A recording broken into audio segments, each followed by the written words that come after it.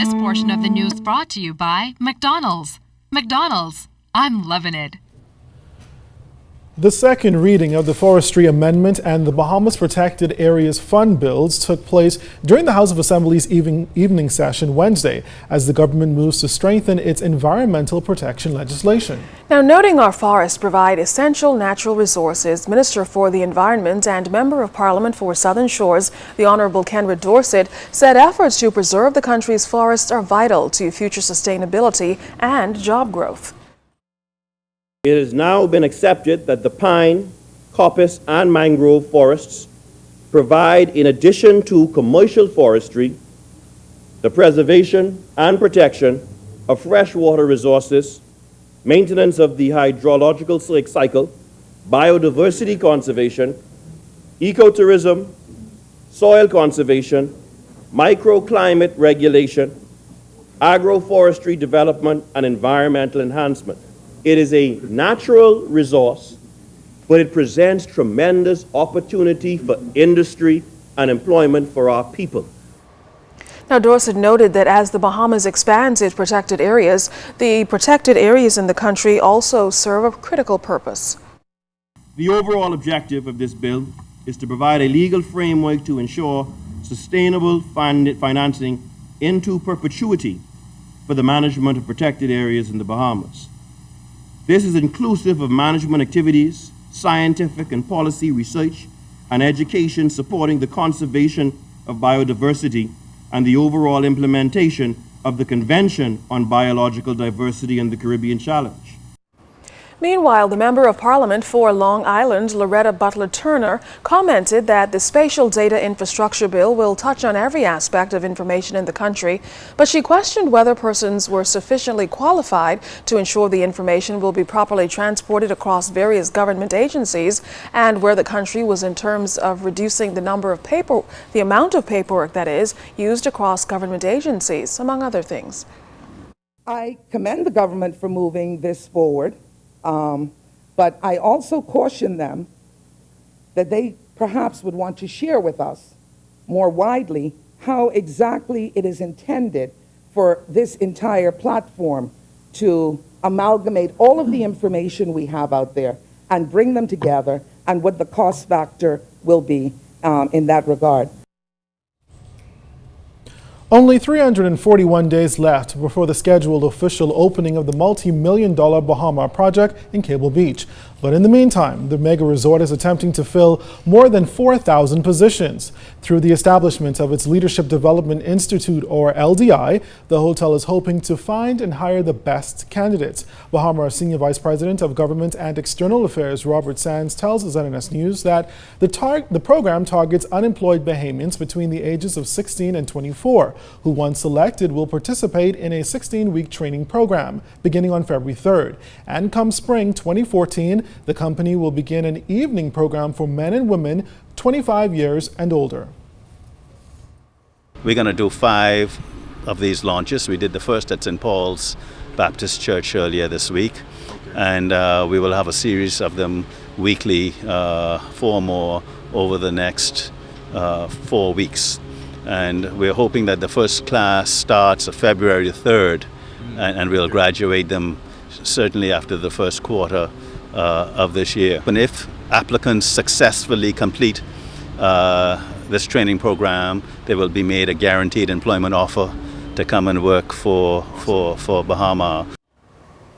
Tomorrow, January 10th, will mark the first Majority Rule Day holiday celebrated in the Bahamas. History records it as the turning of a new era for the Bahamas and its people. Today, those strides were recognized by students of the C.I. Gibson High School, who hosted a special assembly to mark the occasion. Minister of Education Jerome Fitzgerald reminded the students to uphold the legacy of the men and women who fought to make Majority Rule a reality. He also told our Janaea Noel Ferguson that Majority Rule also had a lot to do with the education of the Bahamian people, and a tremendous effort is being undertaken by the government to ensure that no child is left behind. Majority Rule Day celebrations taking place at various schools today. Majority Rules highlights the will of the Bahamian people years ago for the first time to form a government.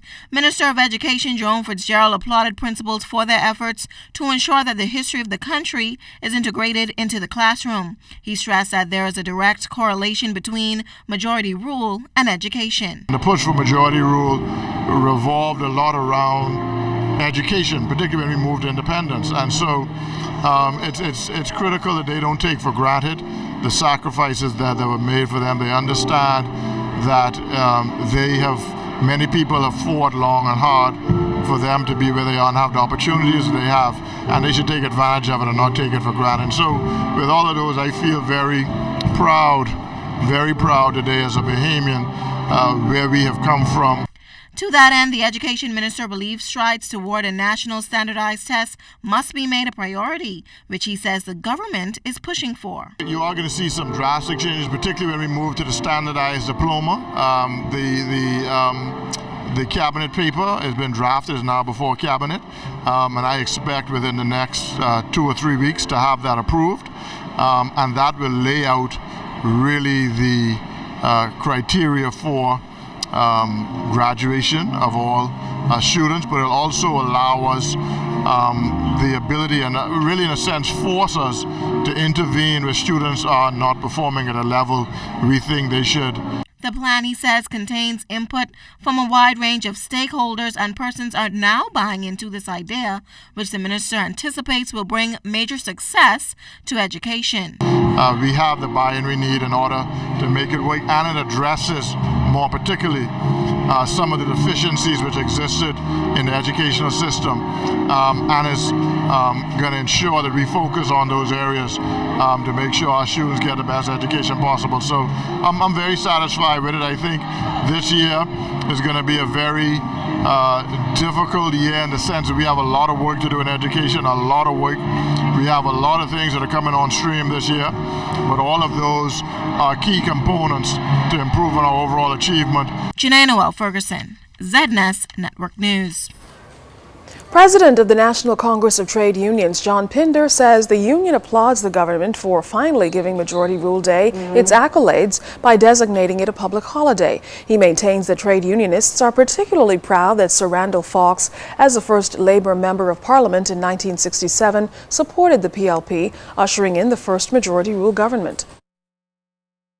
We recognize that the trade union movement and workers of our country are that much better off as a result of ushering in, or what we recognize as the true birth of democracy in our country, where the voice of the majority was given its recognition in terms of being able to demonstrate and express their views on who they taught by voting for the party of their choice.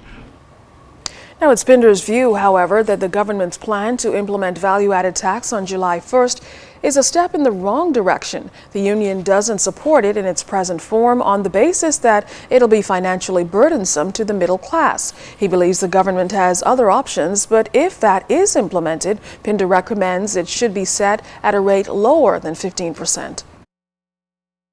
Regularize the web shop industry. From that, we can see the government gaining as much as $100 million per annum. Secondly, we be calling the government to introduce a land registration where persons who have land, even vacant land, there's a tax on land.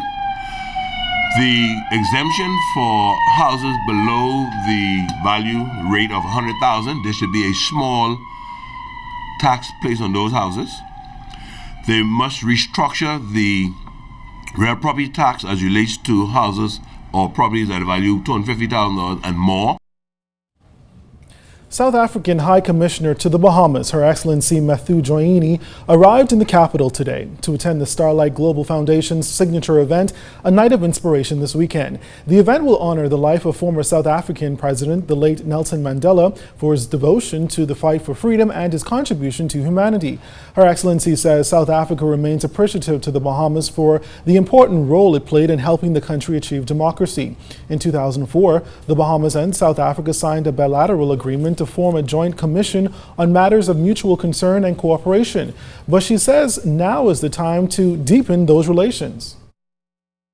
When Nelson Mandela came to the Bahamas in 1993, that was before he became the state president, and again as a gesture of recognizing the role that the Bahamas played in the struggle against apartheid.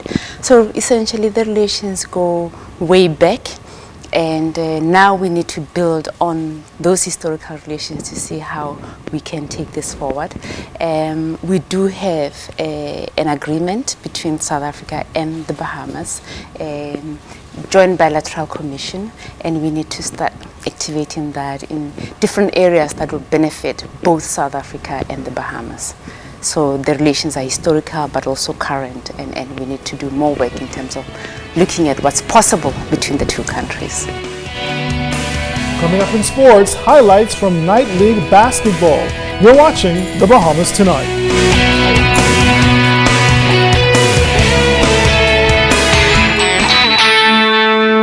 This portion of the news was brought to you by McDonald's.